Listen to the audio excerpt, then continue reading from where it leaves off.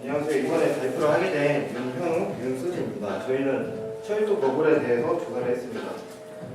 저희와 다음 주 발표를 끝으로 포트폴리오 발표가 끝나게 되는데 수업을 들으면서 버블에 대해서 많은 것을 알게 된 것 같습니다.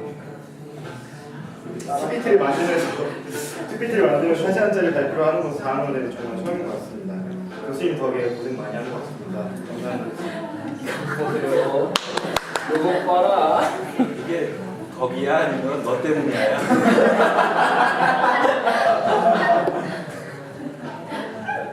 시작입니다. 첫 번째, 철도 버블이 발생하기 전에 문화 수위가 일어났고 그 배경에 대해서. 두 번째, 철도왕이 한 인물에 대해서. 세 번째로 1884년 제정된 철도 법에 대해서. 네 번째로 철도 버블에 대해서.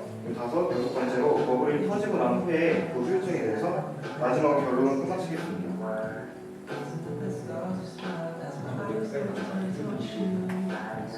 철도 버블의 성악은 산업혁명의 초기와 문화 건설에 대한 초기에서 찾을 수 있습니다. 잠깐만요. 음악은 끄자. 네, 이거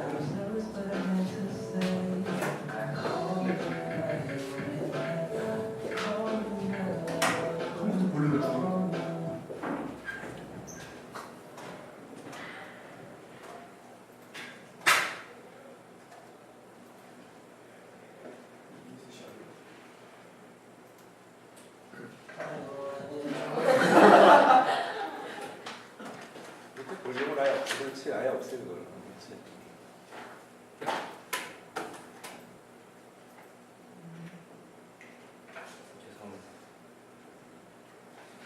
철도 버블의 공천까지 좋았는데 여기가 좀 그렇잖아. 산업혁명 초기와 문화 건설에 대한 초기에서 찾을 수 있습니다. 1767년 맨체스터 북서부에서 방색 공장 단지가 들어선 남서부로 있는 45km 그 브리지 워터 문화가 건설되었습니다. 이후 20년 동안 1,500km의 문화가 건설되었고 문화는 그 전에 갈 수 없었던 여러 지역의 대량의 자원을 저렴하게 수송할 수 있는 수단이었습니다. 이는 곧 투자자들에게 대규모의 자본 이득과 배당 수익을 안겨주게 되었습니다.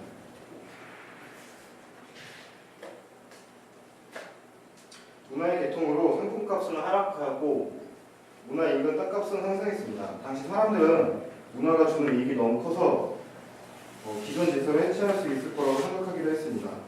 이처럼 문화로 인해 18세기 초 문화 투기가 시작되었고 50개의 새 문화를 위한 법이 통과되었으며 문화 건설의 주식 청약 접수가 들판과 여관, 교회까지 실시될 정도였습니다.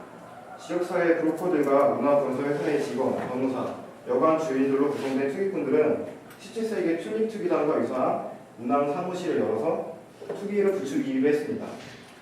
18세기 말에 문화 투기는 절정에 달했고 대부분의 지면 신문에서는 주식 브로커의 광고와 주주들의 미팅 도시, 투기꾼들의 제시한 문화회사의 광고들로 가득 차 있었습니다. 그러나 문화 건설은 지리적으로 경제적으로 크게 제약되어 있어서 어디든지 필요한 지역까지 도달할 수 없었고 겨울철에는 동굴을 내거나 여름철에는 홍수 등으로 인해 운행이 불가능해진 등 계절적인 영향을 면치 못하였습니다. 또한 1794년 문화투기는 프랑스의 혁명전쟁으로 혁명전쟁이 상업공업으로 이어지게 되면서 문화투기는 파국을 맞이하게 되었습니다. 문화회사의 주가는 폭락하였고 문화회사의 투자 수익률도 50%에서 5%로 폭락하였습니다. 1825년에는 배당금을 지불하지 못하는 문화회사가 100개 중 20개나 되었고 전체 문화회사의 평균 배당률도 정부채권과 비슷한 수준이 되었습니다. 그러나 문화는 많은 이득을 가져다 주었지만 새로운 기술이 아니었습니다. 과거 로마에서도 문화가 건설되기도 하였기 때문입니다. 그러나 이러한 문화 건설은 사람들로 하여금 투기를 경험하게 만드는 것입니다.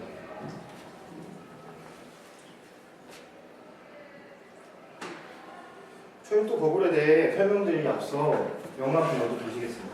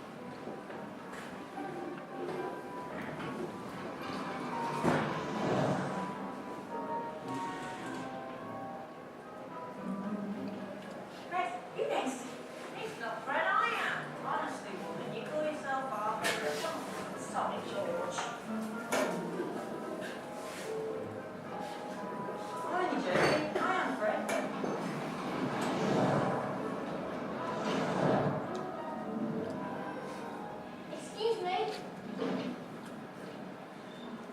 Could you tell me how to get onto the platform? There's nothing to worry, dear. It's Ron's first time to Hogwarts as well. Now all you've got to do is walk straight up the hall between platforms 9 and 10.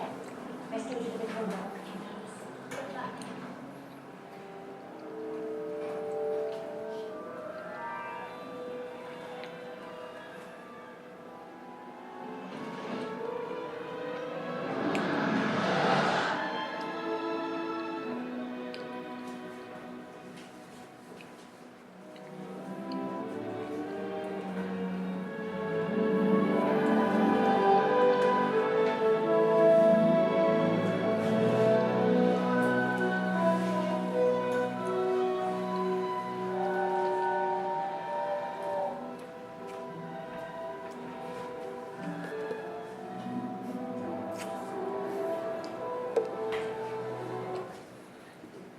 영화는 다들 잘 보셨나요? 해리포터가 처음 만들어졌을 때 저희는 이 영화를 보면 신기하지 않은 것이 없었습니다. 이와 마찬가지로 철도라는 수단이 처음 등장하게 되었을 때 당시 사람들이 받은 충격과 신기함은 상상을 초월하였을 것입니다. 우리는 철도에 대해 너무나 당연한 교통수단이라 생각합니다. 어렸을 때부터 우리가 자주 타왔던 기차라는 교통수단은 처음에는 신기함으로 바라보지만 이내 어른이 되면 곧 당연한 교통수단으로 자리 잡게 됩니다. 오늘날 우리가 쓰고 있는 스마트폰이라는 첨단의 통신기기를 당연하게 쓰고 있는 것처럼 말입니다. 하지만 철도가 처음 등장하게 되었을 때 이 교통수단은 혁신적인 기술이었고 산업이었고 발명품이었습니다. 철도가 세계 최초로 개통되고 이용되기 시작한 영국에서는 철도를 혁명 그 이상으로 감탄과 놀라움으로 신비감으로 인식하였습니다. 철도가 생성되기 이전에는 런던에서 에든버러까지 200톤의 화물을 육로로 운송하려면 400匹의 말과 100명의 마루 그리고 3주분의 식량을 가지고 출발해야 했습니다. 그러나 철도는 이러한 문제를 단번에 해결할 수 있었습니다. 조지 스티븐슨의 8량짜리 기차가 지구상에 첫 선을 보인 것은 1814년입니다. 이후 본격적으로 철도가 운행을 시작한 것은 1825년 9월 27일에 이었는데 스티븐슨의 실험으로는 400명이 탄 28량의 여객차와 6량의 석탄 수송 열차를 끌고 6.4km 속도로 달리면서 새로운 교통기관의 탄생을 알렸습니다.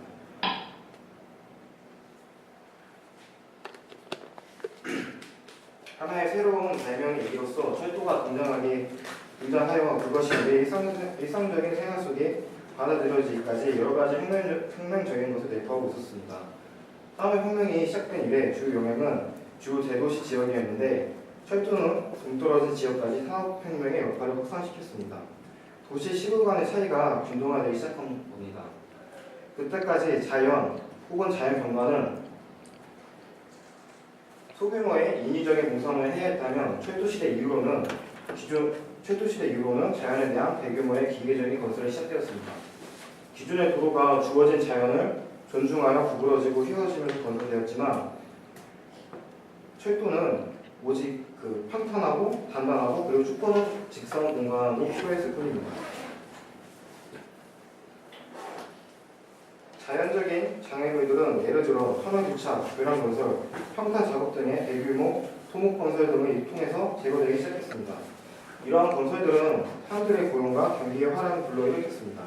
지금처럼 현대적인 기계와 기술이 없었기 때문에 수많은 노동자와 대량의 건설 물자들이 필요했기 때문일 것입니다.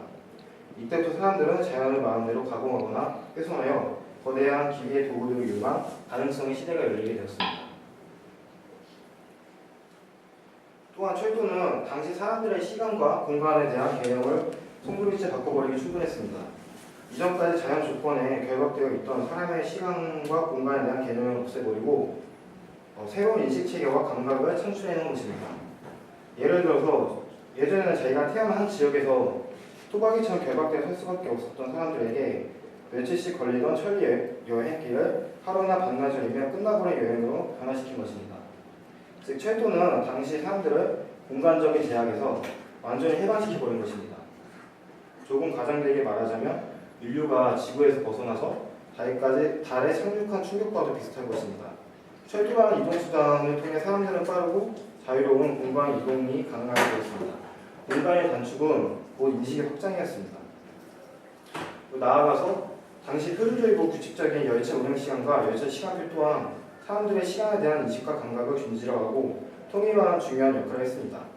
지역 단위의 시간이 국가 단위의 시간으로 대체되었고 시계를 통한 시간의 규율은 점점 더 많은 삶의 영역을 침투하였습니다.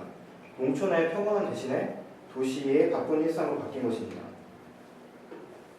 영국에서 초기 열차의 평균 속도는 32km에서 48km였는데 이는 당시 우편 마차들이 도달할 수 있는 속도의 약 3배였습니다. 서울에서 부산까지 차량으로 6시간 걸리는 것을 KTX 타고 2시간 만에 가는 속도입니다. 말하자면 익숙하던 시간 한에 3분의 1을 단축할 수 있었던 것입니다. 당시 프랑스에서 처음으로 철도가 개통되었을 때 하이나라는 유명한 작가는 이런 말을 남겼습니다. 파리의 모든 시민들은 이 순간 이를테면 인간 고리를 잃고 산 채 모두 한꺼번에 감전되어 버린 행복인 것이다. 하지만 대부분의 사람들이 이 거대한 동력의 외형을 마비된 듯 맹하게 응시하는 동안에도 그 어떤 섬뜩한 전율이 결과를 예측할 수 없는 전대미문의 끔찍한 일이 일어날 때마다 우리가 느끼는 전율이 철학자를 엄습합니다. 또한 1839년 작자 리상에 발간된 글입니다. 시간당 12km나 16km 주행하는 우편 마차로 여행을 하게 되면 마차를 움직이는 힘의 근원을 아주 잘 파악하게 된다. 우리는 가축력의 본질을 이루는 것이 무엇인지를 알게 되고 또한 그 힘이 얼마나 빨리 소모되는지도 볼 수 있다. 1시간 걸려 마구의 메인 말이 숨을 헐떡이고 열로 김을 모락모락 피우는 것을 관측하게 된다. 하루 정도 여행을 하는 동안 우리는 짐을 잔뜩 실은 마차를 런던에서 다른 도시로 옮기는데 얼마나 엄청난 무게가 요구되는가 하는 것을 알게 된다. 이에 반해 철도로 여행을 하게 되면 어떤 놀라운 힘이 우리를 그렇게 빠르게 추진시키고 있는지를 거의 볼 수가 없다. 이는 완전히 다른 상황이다. 이처럼 당시 사람들의 충격이 어떠했는지를 볼 수 있는 부분입니다.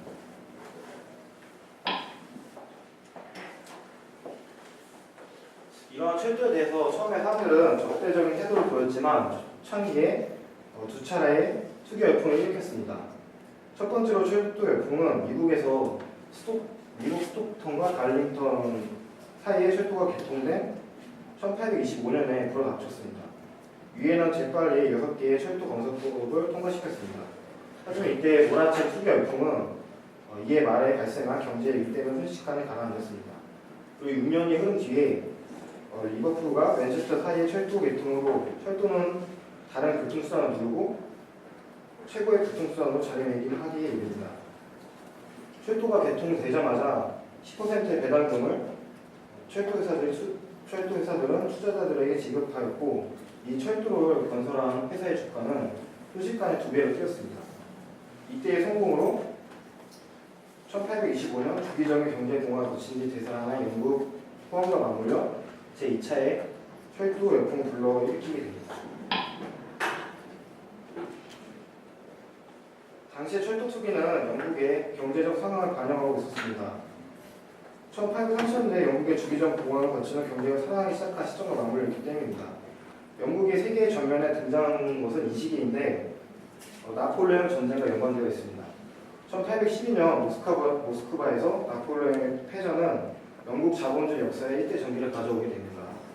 1815년 평화조약의 체결로 영국은 대외 투자를 촉진하게 되었고 이 시기에 영국 내 자본 수요가 감소하였지만 프랑스 및 유럽들은 전후 복구를 위하여 거액의 자금을 필요로 하였습니다. 영국은 이 시기에 처음으로 자본 수출국이 되었습니다. 1820년부터 1860년대에 거쳐 유럽과 미국은 철도와 문화, 도로의 건설과 방적 사업의 활성화로 1차 산업혁명에 대한 자본 수요가 폭발적으로 증가하게 되었습니다.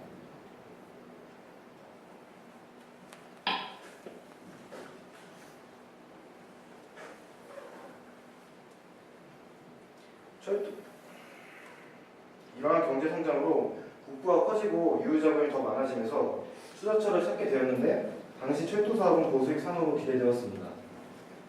많은 자금이 철도 산업으로 몰려들었던 것입니다. 철도 건설을 위해서는 산을 깎고 강에 다리를 놓아야 하며 평탄하고 탄탄한 철도 궤도를 놓고 수많은 노동자를 고용해야 했습니다. 이는 곧 엄청난 규모의 자금이 필요했다는 뜻입니다. 이 그림은 당시 영국의 통화량을 나타내는 표입니다. 이때는 GDP보다 GNP가 많이 쓰였는데 1830년 이후 1830년 이후 1인당 실제 GNP, 시중에 유통되고 있는 금융 통화량이 지속적인 증가세를 보이고 있으며 화폐 유통 속도 또한 빨라지는 등 전형적인 경제 성장의 모습을 보였습니다. 철도는 영국의 최대 산업이기도 했습니다. 철도가 등장하고 나서 40년 뒤에 즉 1875년까지 철도가 조달한 자본 총액은 유각 3천만 파운드, 하나로 1조. 그리고 명공업, 석탄산업, 철강공업과 같은 산업혁명기의 대산업 고정 자본 형성보다 컸습니다. 철도는 처음부터 자본 규모가 컸고 새로운 경영 조직을 필요로 했습니다.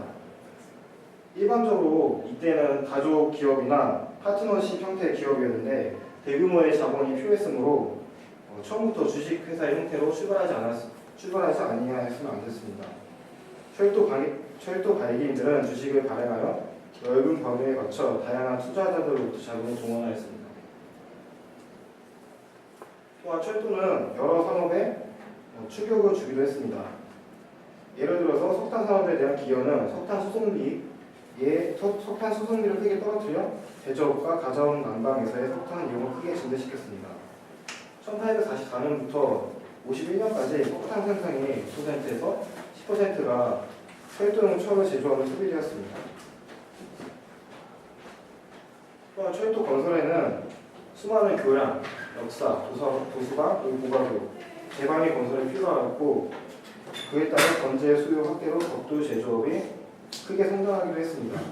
1845년까지 15년간 철도 건설에 7억 4천만 개의 벽돌이 소비되었고 철도는 기관차, 신호장치, 그리고 철도 차량 제작 등 기계공업 생산이 20%를 차지했습니다. 또한 철도 건설은 기계공학이라는 새로운 분야를 창출하였고 철도회사의 기계 제작소는 기계 기사를 양성하는 중요한 기반이 되었습니다. 이들 외에도 철도는 경제 전반에 대한 서비스 제공과 그 효과를 통해서 투자와 직접적인 관계가 없는 산업의 확대에 많은 기여를 하였습니다. 당시 영국 여론조차 철도를 이용하기 시작하였습니다. 1843년 7월 19일 나의 사랑하는 엘버트가 특별 열차를 탔다. 열차는 단 한 번의 지연 없이 정확히 2시간 4분 만에 런던에 도착했다. 영국 여왕의 철도 이용은 대중의 인식을 형성하기 시작했고 철도 주변 땅값이 오른다는 사실이 알려지자 철도 건설에 반대하던 지주들의 반발이 사그라지고 언론과 철도 회사들은 철도의 건설을 홍보하는 데 열을 올렸습니다.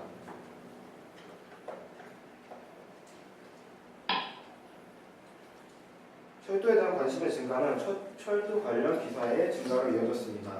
철도와 관련된 특정 분야의 신이 등장하게 됩니다. 1840년대 초반 유력지였던 더 레일웨이 타임스가 탄생하고 연이어 세계의 철도 신문이 발간되기도 했습니다. 거의 매주 하나꼴로 철도 전원이 발행되었고 이 가운데 14개의 철도 주간지가 포함되어 있었습니다. 이때에는 그러니까 철도 버블이 정점에 이르렀을 때는 주 2회를 발행하기로 했습니다. 일간지 그러니까 조석관으로 아침에 발행하고 또 저녁에 발행하는 체제를 택한 것입니다. 찰스 디킨즈는 이런 말을 했습니다. 호텔과 사무실, 하숙집, 거리, 건물 이름에 철도라는 말이 붙게 되었고 철도망 지도, 기차 풍경화, 기차 내 포장지, 기차 외행용, 샌드위치 박스, 운행 시간표 등이 만들어져 판매되었다. 또 철도까지 운행하는 전세 마차와 기차가 그려진 모자 판매자가 등장하였다. 당시 철도 여기가 어느 정도였는지 알아볼 수 있는 부분입니다. 다음으로 요코시마 꿍보 철도 나폴레옹, 그러니까 철도 왕인 그 인물에 대해서 발표하겠습니다.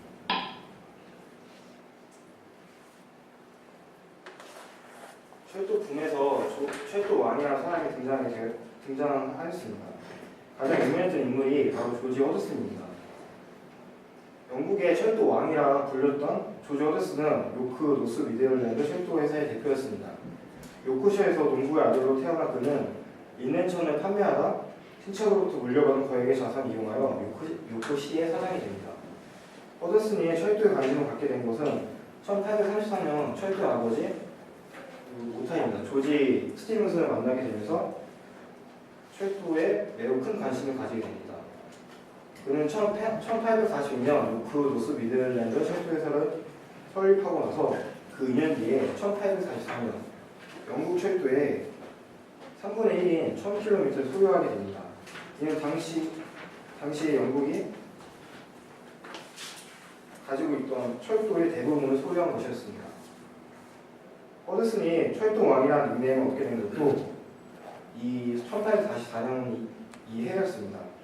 엄청난 시곡과 불로 튀어나온 배로 요코시마의 꿍보라고 불리기도 했으며 철도계의 나폴레옹이라고 불리기도 했습니다.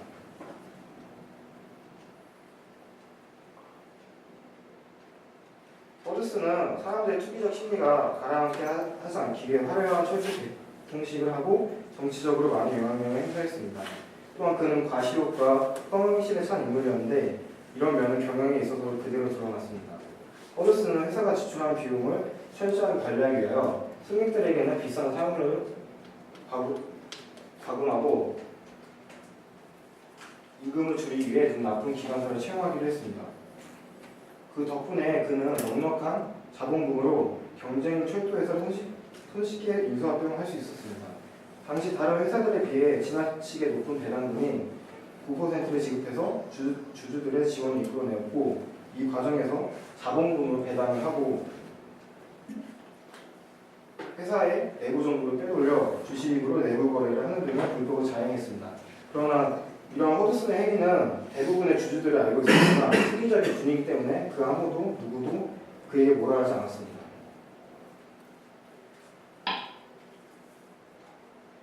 그의 허영심이 얼마나 크게 달했는지 그가 한 말을 보겠습니다.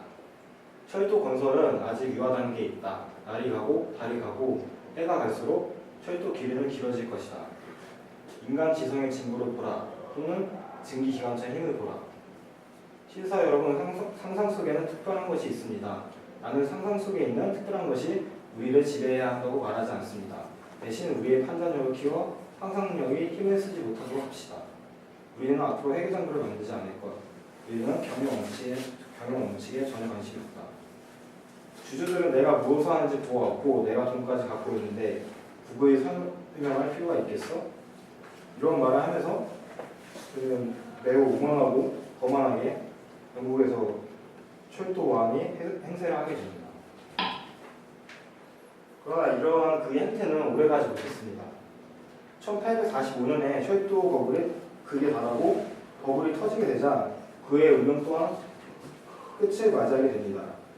1848년 8월 철도 버블을 비판하는 그 시대의 버블, 철도 투자의 오류라는 팸플릿이 발표되었었는데 이 팸플릿 내용에는 철도 회사의 임원들이 회계장부를 조작하고 자본금에서 배당금을 지급하였으며 그들이 허드슨이 거느린 두 개의 철도회사 요크 노스 미들랜드와 이스턴 카운티스 철도회사 불법 행위를 벌인 대표적인 철도회사로 꼽았습니다. 또한 허드슨이 유행시킨 말일 자본금의 50%를 배당금을 주는 조건으로 철도 노선을 빌리는 행위를 강하게 비난하기도 했습니다. 이런 팸플릿이 공개되자 주가는 곤두박질 치게 됩니다. 허드슨의 요크 노스 미들랜드 철도회사의 주가는 1845년 최고 수준에서 3분의 2가 폭락하였고 이 철도는 이제 버블이 터지고 나서 대중들의 관심을 끄지 못하는 상태가 되었으며 철도왕이 퇴위를 맞이하게 되는 순간이 왔습니다. 온갖 비판과 유혹이 공개되는 가운데 1849년 2월 허드슨은 종말을 맞이합니다. 인수합병에 앞서 내부자 거래를 했고 레일을 팔면서 개인적인 칩으로 했으며 회사 공금을 빼돌려 개인적인 부동산 구입에 유용하였고 주식을 비밀 내에 배정받아 프리미엄을 받고 시장에서 매각하기도 했으며 위원들을 매수하기 위해 비자금을 조성했다는 것이 알려졌습니다. 심지어 그는 주주들로부터 받은 돈을 빼내 도박을 하거나 런던에 대저택을 구입하는 데 사용했다고 합니다. 허드슨이 배당금 지급까지 포함해 유용한 돈의 규모는 모두 60만 파운드에 달한다고 합니다. 한때 1억 천금을 안겨줄 수 있는 요술쟁이로 보였던 허드슨은 철도 투기꾼 가운데 가장 긴 고통의 세월을 보내야 했습니다.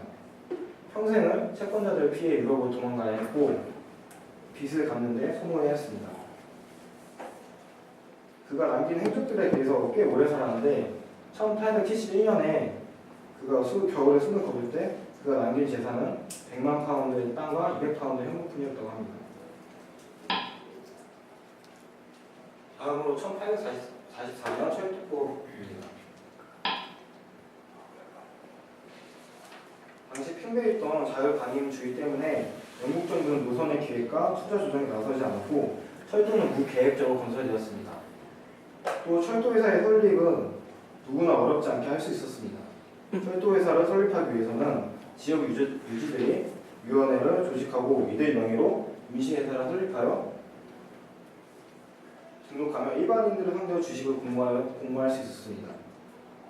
임시회사는 엔지니어를 고용해서 철로를 부설할 루트를 조사하여 결정하고 특정 지역 철도 건설을 거부하는 의회에 청원해 이를 입법화하며 철도를 건설할 수 있었습니다. 게다가 철도회사가 가 등록된 뒤 실시하는 일반 공모에서 투자자들은 주식 대금의 10분의 1만 납입하면 주식을 처분해 자본 이득을 챙길 수 있었습니다. 나머지 주식 대금은 철도가 건설되기 시작할 때까지 납입하면 되는 것이었습니다.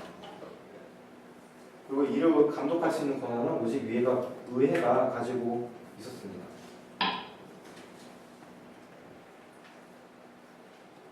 철도 건설이 이 표는 이 시기에 분가된 철도 회사 수와 연장 거리 그리고 자본의 규모입니다. 철도 건설이 크게 진정되어서 1830년대에 철도 건설이 여기 집중적으로 전개되었지만 이 첫 번째 철도 버블은 경기 후퇴와 금융 경색으로 중단되었고 다음으로 1845년부터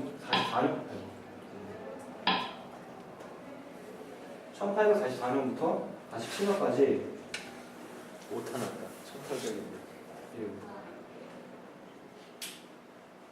회사 인가된 회사 수가 매우 많이 늘어나게 됩니다.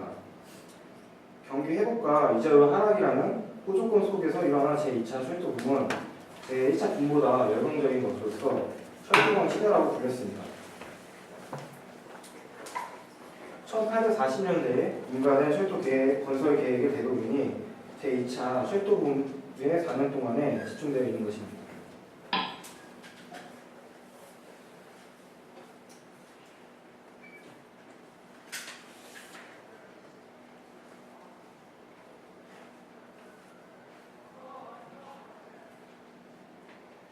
철도가 구형화되기 위해서는 누구나 회사를 설립 가능하였습니다. 이때는 그 당시 사람들이 경쟁적으로 누구나 철도를 건설하게 되면 자연적으로 운임이 싸지게 되고 누구나 이제 싸게 철도를 이용할 수 있을 것이라고 생각을 하였지만 시간이 갈수록 독점이 심화되어서 정부의 예상과는 다르게 독점 회사들이 철도를 대부분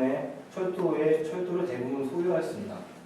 그래서 이에 정부에서는 1844년에 66개의 철도 관리 법안을 상정하게 됩니다. 정부에서 철도를 관리하기 위해 이제 움직이게 된 것이죠.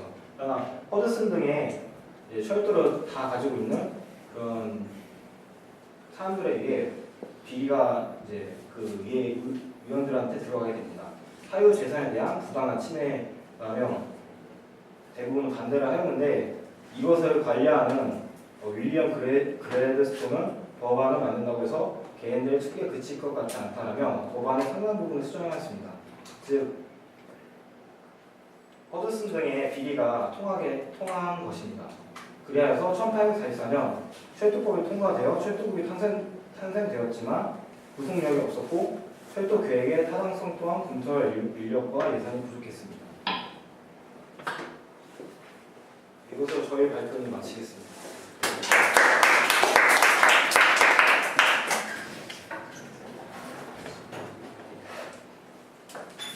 다음으로는 어블로 버블트에서 철도버블의 흐름에 대해서 보시겠습니다.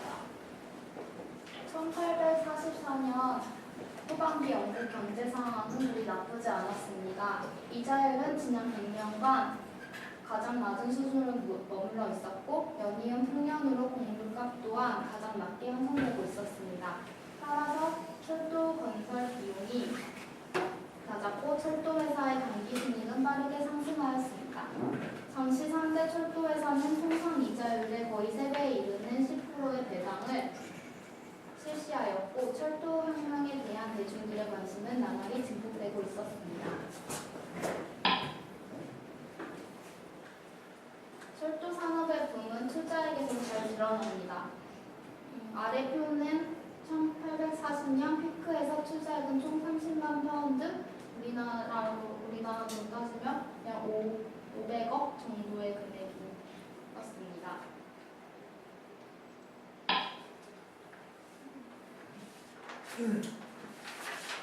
1845년 1월 16개 노선이 철도 계획이 개혁되어 자금 조달에 들어갔고 4월이 되자 철도 계획 접수 건수가 빠르게 증가하였습니다.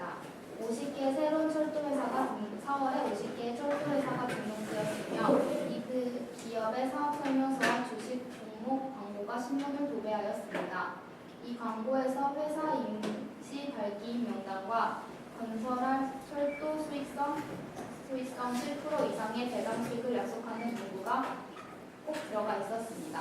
주식 공모가 성공하면 발기인들은 자신과 친구들을 위해 따로 주식을 빼돌려 놓고 소량의 주식만으로 시장에 유통시켰습니다. 이로써 그들은 유통 주식수를 줄여 지속적인 주가 상승을 유도할 수 있었고 주가를 떨어뜨린 뒤 정점에서 주식을 매수하려는 투기꾼들의 장난을 막을 수 있었습니다. 그리고 신설 철도회사의 발기인들은 철도신문 친구들을 동원해 허위 과장 기사를 내보내 투자자들을 현혹하였습니다.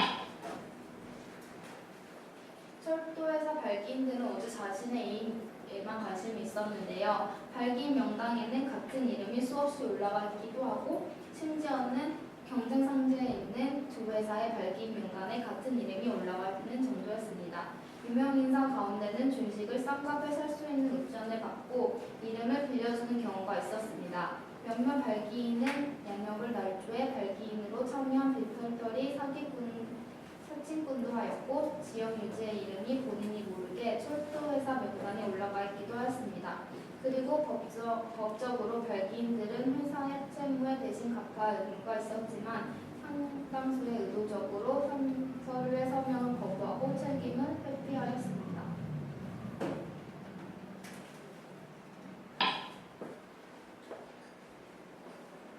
당시 철도 신문들은 이러한 철도회사의 부패를 비판하지 않았고 오히려 열정적으로 옹호하였습니다.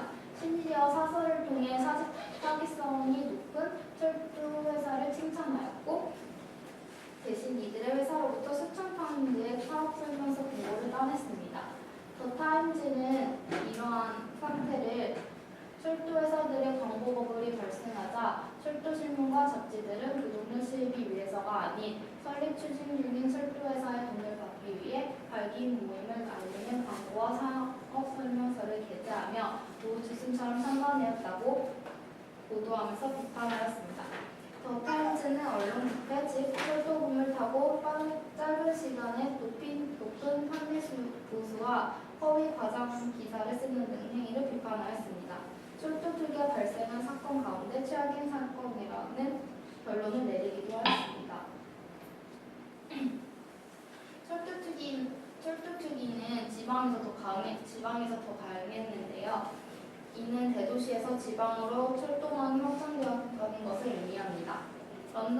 철도가 이미 런던에서는 건설되었기 때문에 런던은 뒤늦게 불어닥친 철도 10개에 휩쓸리지 않았습니다.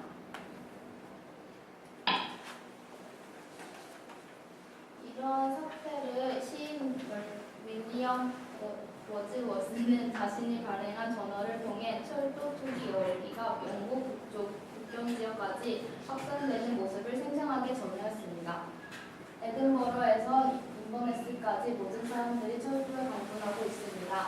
이 나라는 철도 투기에 미친 사람들이 수용한 거대한 정치병원이라고 까지 말을 하면서 비판을 하였습니다. 다음은 유망이라는 전설 탐사를 통해 어떤 사람이 철도 버블에 참여하게 됐는지 보겠습니다. 영국 의회는 1845년 철도 투기 보고서를 통해 2,000파운드 이상 철도 주식을 청약한 사람이 2만 명이 달하는 투기꾼의 신분을 공개하였는데요. 이 가운데 가장 최고의 청약자는 프란시스 밀로 67만 파운드를 청약하였으며 32만 파운드 주식을 청약한 철도왕 허디슨의 이름은 11번째로 올라와 있었습니다. 이 명단에는 157명의 의원들, 그 가운데 15만 7천 파운드를 청약한 의원도 있었고 257만 성직자, 부여왕과 종이라는 성을 가진 청약자만 각각 40명, 28명, 스미스 성을 가진 청약자 명단도 2페이지 반을 가렸습니다.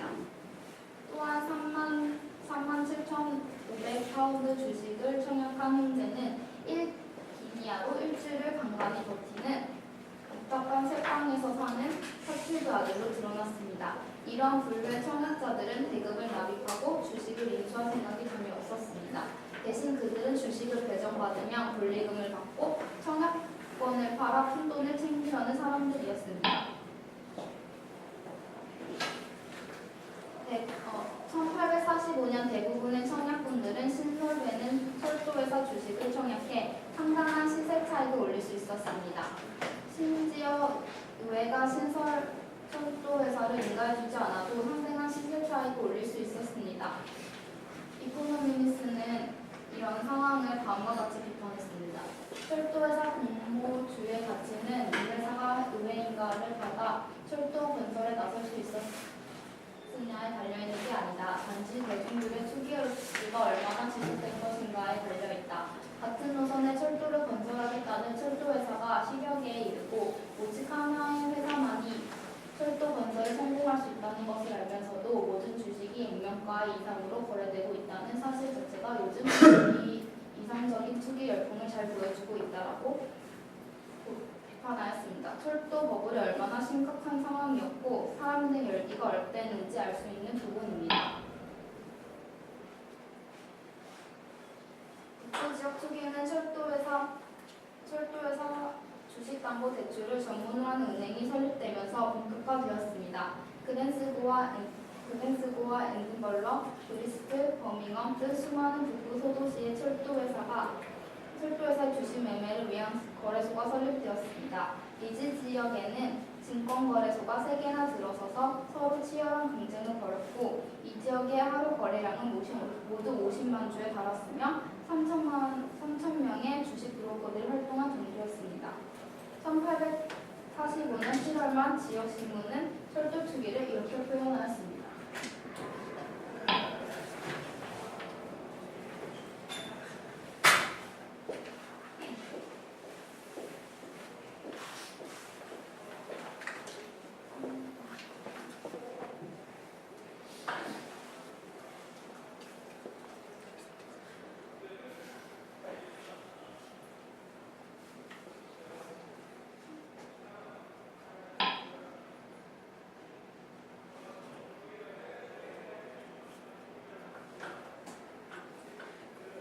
순서가 약간 잘못돼서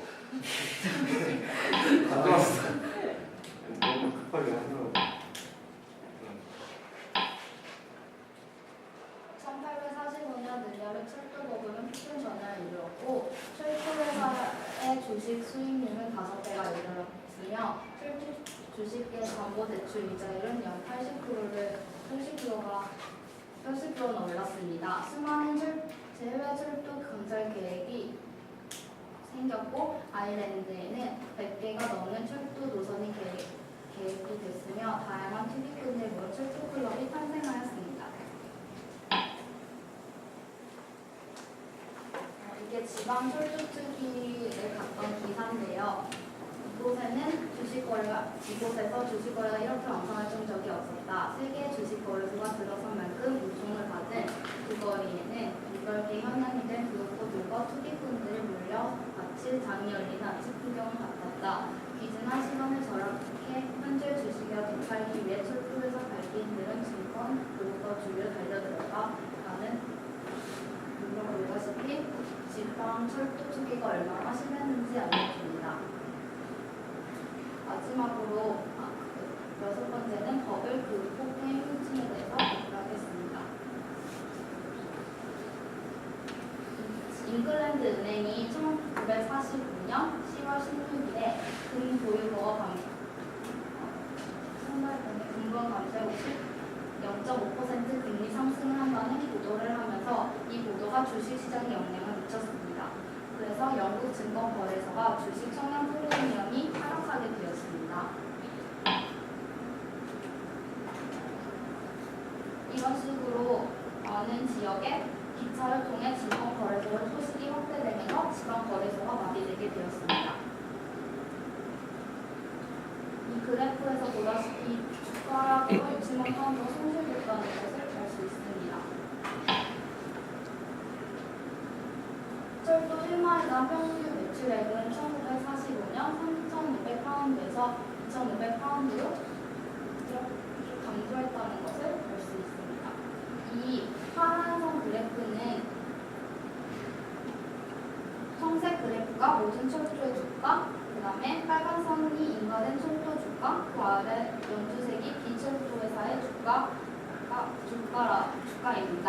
그래서 이것이 거의 변동없이 일정하다는 것을 볼 수 있습니다. 이자율 상승과 더불어 철도 1마일당 평균 매출액은 또한 떨어졌습니다.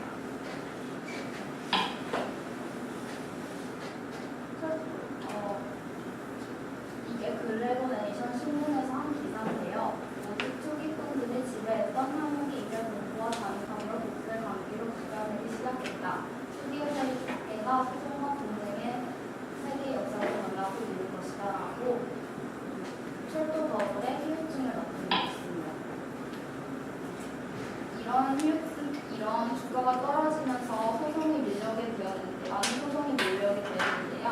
이러한 소송이 밀려오게 되자 영국 정부는 1846년 5월 청산법을 제정하여 75%의 주주가 동의할 경우 철도회사를 해산할 수 있게 하였습니다. 즉 영국 정부는 주주들의 손을 들어주어 발기인의 법적 분류를 지도록 한 것인데요. 1845년에 12만 주를 배정하기 위해 150만 명의 청약자들이 몰려들었던 다이렉트 웨스턴 철도회사는 이 법에 따라 가장 먼저 해산된 회사입니다. 불과 1년만 해도 이 다이렉트 웨스턴 회사는 가장 폭발적인 인기를 끌었던 회사인데 1년 만에 이렇게 되었습니다. 1846년 7월까지 몇 개 회사가 청산하기 위해 주주총회 소집했는지 아시나요? 무려 8개의 회사입니다. 8개 회사가 청산법을 따라 청산에도 불구하고 그의 철도회사에 사기 위해 인수합병과 의뢰의 철도인가를 줄어들지 않았습니다. 당해 100개여 건의 인수합병과 철도인가 수는 270여 건에 이르고 이 길이로 따지자면 7,500km 이상, 1억 필요한 자금은 1억 1,000만 파운드였습니다. 이는 버블에 극에 달았던 1845년의 인가 규모의 2배나 많은 경우였습니다. 버블이 이와 같이 떠지고도 사람들의 관계는 줄어들지 않았습니다. 주가가 폭락하는 것을 지켜보고 났음에도 사람들은 철도 철도의 열망을 멈추지 않았습니다. 그러나 이러한 철도 건설에 따른 결과는 주식 협력자들의 자금 분담이 눈덩이처럼 늘어났다는 것을 의미합니다. 1846년 동안 청약된 아메리칸과 제도는 4천만 파운드에 이르렀고 그러한 자금 대부분이 노동자들의 임금 지급을 등 정상적인 활동에 필요한 자금에서 빠지게 되었습니다. 상상과 비법에도 불구하고 철도 건설에 따른 모든 비용은 투자자들에게 넘겨지지 않고 떠넘겨지게 되었고 투자자들은 결국 자신들의 운영하고 있는 기업에서 고용을 줄이고 개인적인 소비 지출을 줄이게 되었습니다. 이는 경기의 불황을 의미했습니다. 불행은 혼자 옳지 않는다는 말이 있듯이 1846년 여름 hunch까지 겹쳐 영국 경제는 최악의 상황에 이르렀습니다. 철도가 일상화되어 기업들이 과거처럼 재고 물량이 쌓아둘 필요가 없게 되자 수요가 줄었고 이는 경기 상황을 악화시켰습니다. 이코노미스트는 1945년 고삐 뚫린 투기 열풍으로 발생한 개인들의 손실이 전체 경제의 위기로 몰아넣었다고 기록하고 있습니다.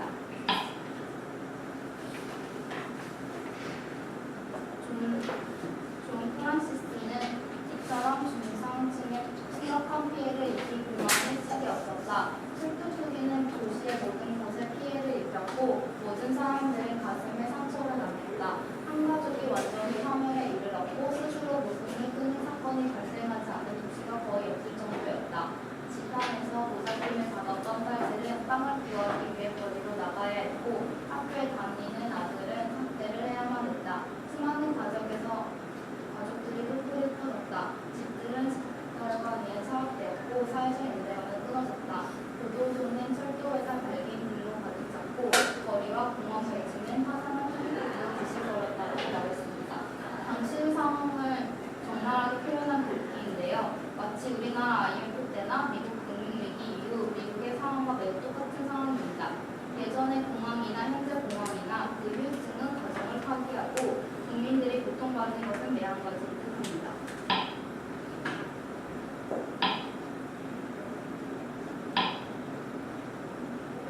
이러한 경제 상황은 사람들의 안전재산의 수요가 높아졌고 이는 곧 은행의 금지출로 이어졌습니다. 당시 금고기세를 유지했던 영국의 은행들은 이자율을 높일 수밖에 없었습니다.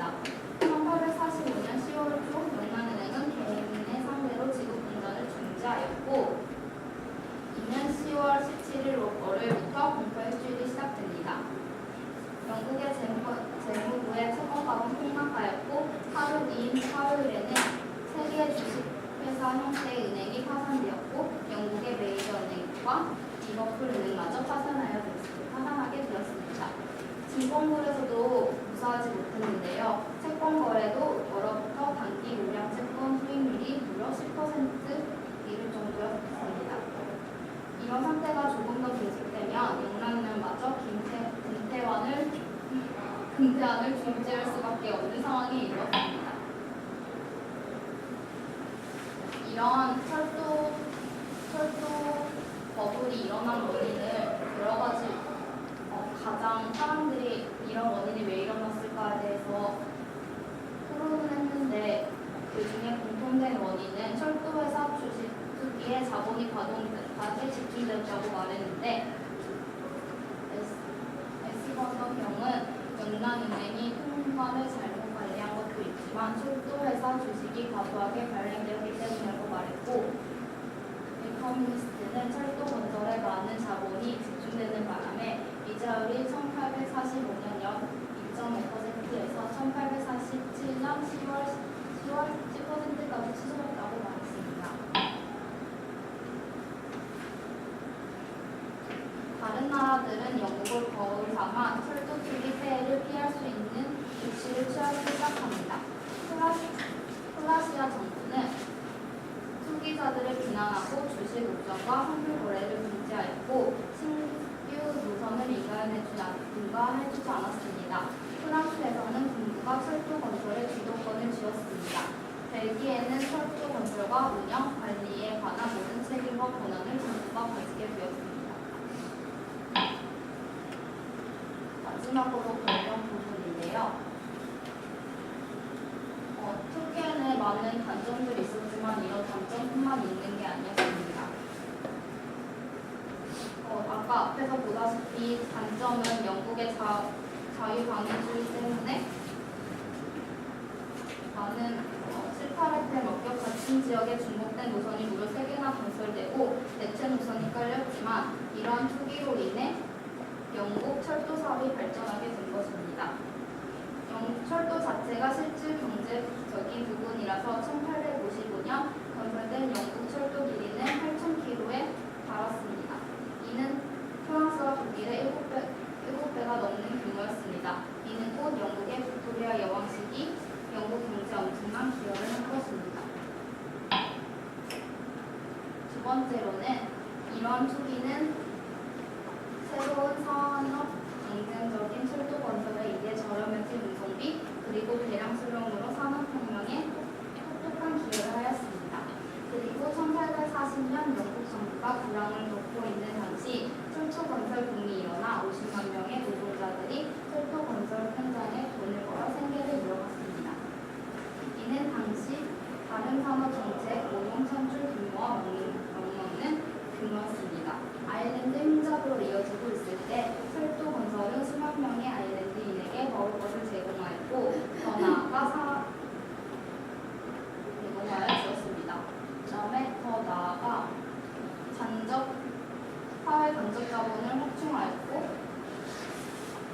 불의 질서를 지편하게 되었습니다.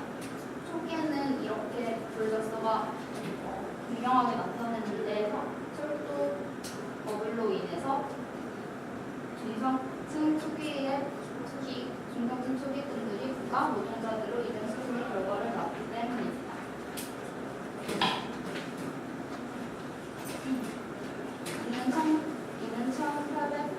이는 2008년 금융위기에 달리 철도 자체가 실무 경제 부분을 상당하게 차지했기 때문입니다. 과거의 버블의 공황이나 현재 공황이나 유휴증은 다를 것이 없습니다. 상황 또한 똑같고 사람들의 고통, 대중들의 고통은 똑같습니다. 과거에 이런 경험을 했음에도 역사를 배우면 우리는 공황을 다시 한번 반복합니다. 과거와 다른 것은 신기술의 출현 그리고 사람들의 신기술에 대한 열망이 버블을 만들고 다시 공황을 만들어냅니다. 우리가 이 수업을 통해 배우는 것은 각 나라의 버블과 그 과정 그리고 후유증에 대해서 배웠지만 후에 다시 버블이 일어날 때는 우리는 그 초기의 방기에 참여하게 될지도 모릅니다. 이런 지식과 상관없이 돈에 대한 열망은 절제할 수 없는 것입니다. 행복해지기 위해 욕망을 채우는 것도 중요하지만 그 욕망을 주체할 수 있는 절제를 가져야 합니다.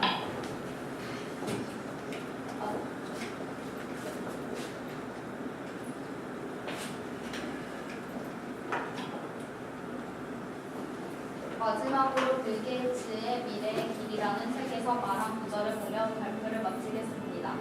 골든러시는 투기 심리를 일깨우는 경향이 있다. 하지만 소수만이 돈을 벌게 된다. 우리 뒤에 손해를 본 대중의 진노가 이글거리고 있다. 결국에는 바보처럼 실패한 벤처의 잔재를 뒤돌아볼 것이다. 그리고